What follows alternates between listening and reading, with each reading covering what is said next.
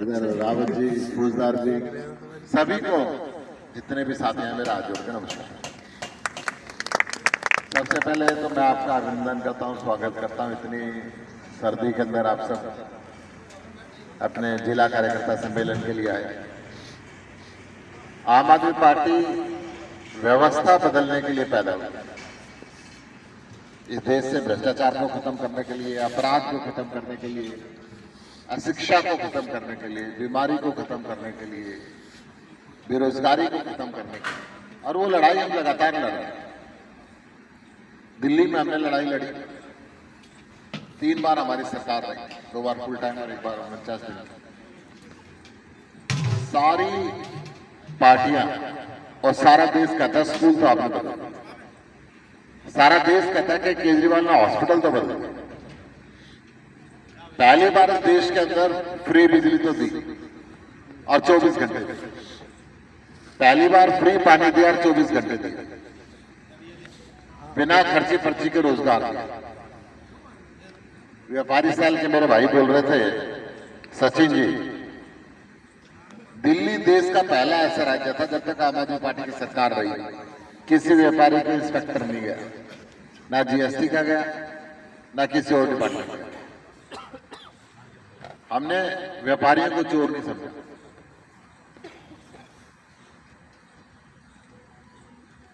पंजाब में हमारी सरकार ने, पंजाब में भी हमने स्कूल अच्छे करने शुरू कर दिए। पंजाब में भी किसान को फसल खराबे का मुआवजा तुरंत मिलने लगा। पंजाब के अंदर भी नशाबंदी कर दी, नशे पे लगाम लगाया। बड़े बड़े जो नशे के तस्कर थे उनको जेल के अंदर मिला। पंजाब में भी मेडिकल फैसिलिटी अनलिमिटेड कर।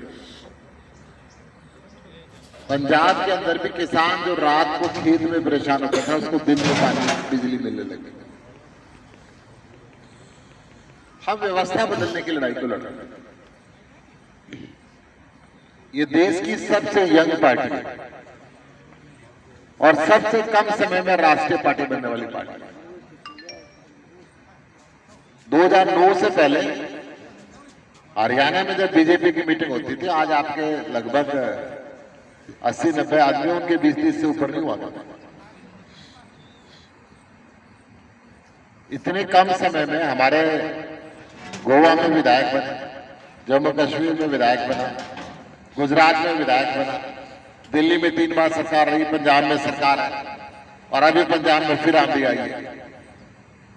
पंचायत राज के चुनाव में, ब्लॉक समिति और नगर जिला परिषद के चुनाव के अंदर एक तरफा लोगों ने चुना। हरियाणा अब नशे की राजधानी बन चुकी। 22 के 22 जिलों में नशा पैर फंसा। गांव के खाली जगह में सिरिंज पड़ी हुई मिलती है, बच्चे नशे से, इंजेक्शन से नशा करने लगे।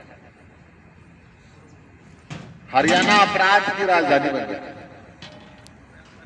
हर किस्म के गैंग यहां पे ऑपरेटिव हो गए। फिरौती मांगना, हत्या करना, रेप करना आम बात है। हरियाणा बेरोजगारी में नंबर 1 होता जा रहा है। हरियाणा का युवक रोजगार ना मिलने की वजह से अपनी जमीन बेच के डंकी रास्ते से विदेश जा रहा है। कैथल, कुरुक्षेत्र जैसे जिलों में कई गांव ऐसे जहां पे एक भी जवान बच्चा नहीं बचा गया। ये स्थिति ठीक नहीं है। ना हरियाणा के स्कूल सुधरे, ना हरियाणा का हॉस्पिटल सुधरे। हम ये लड़ाई लड़ रही इस व्यवस्था को बदलने की, और इस लड़ाई, इस अव्यवस्था का सबसे मूल कारण है भ्रष्टाचार। सैकड़ों वर्ष आजादी की लड़ाई लड़ी, मुस्कुराता हुआ हिंदुस्तान देखने के लिए, बारोजगार हिंदुस्तान देखने के लिए, शिक्षित हिंदुस्तान देखने के लिए, विकसित हिंदुस्तान देखने के लिए, आगे बढ़ते हुए हिंदुस्तान देखने के लिए। परंतु चंद परिवारों ने इस देश की राजनीति के ऊपर कब्जा कर लिया और उन परिवारों को सब कुछ। आम आदमी पार्टी कि बदलाव की मुहिम में चलिए। यहाँ पे मेरे बहुत से साथी खड़े हुए, इन्होंने अलग अलग सुझाव दिए कि भाई ये होना चाहिए, ये होना चाहिए। मैं एक छोटी सी बात बताता हूं, जब मैं स्कूल में पढ़ता था, छोटा बच्चा था, बड़े बड़े नेता भाषण देने के लिए आते थे और कहते थे भाई देखो इस देश को हमने आजाद करा दिया, अब तुम्हारे कंधों पे भार। मैं दूसरी तीसरी क्लास का बच्चा था, मैं सोचता था यार मेरे कंधों पे देश का भार कैसे हो सकता है, इतना बड़ा देश मेरे कंधों पे भार कैसे। एक दिन हिम्मत करके मैंने मेरे प्रिंसिपल से पूछा कि सर ये लीडर कहते जा रहे तेरे कंधे पे भार है। तो उन्होंने मुझे समझाया कि जिस समय जिसको जो ड्यूटी दी गई हो वो अपनी ड्यूटी को ईमानदारी से निभाता, तो देश को आगे बढ़ने से कोई रोक नहीं सकता, वही उसके कंधों का भार।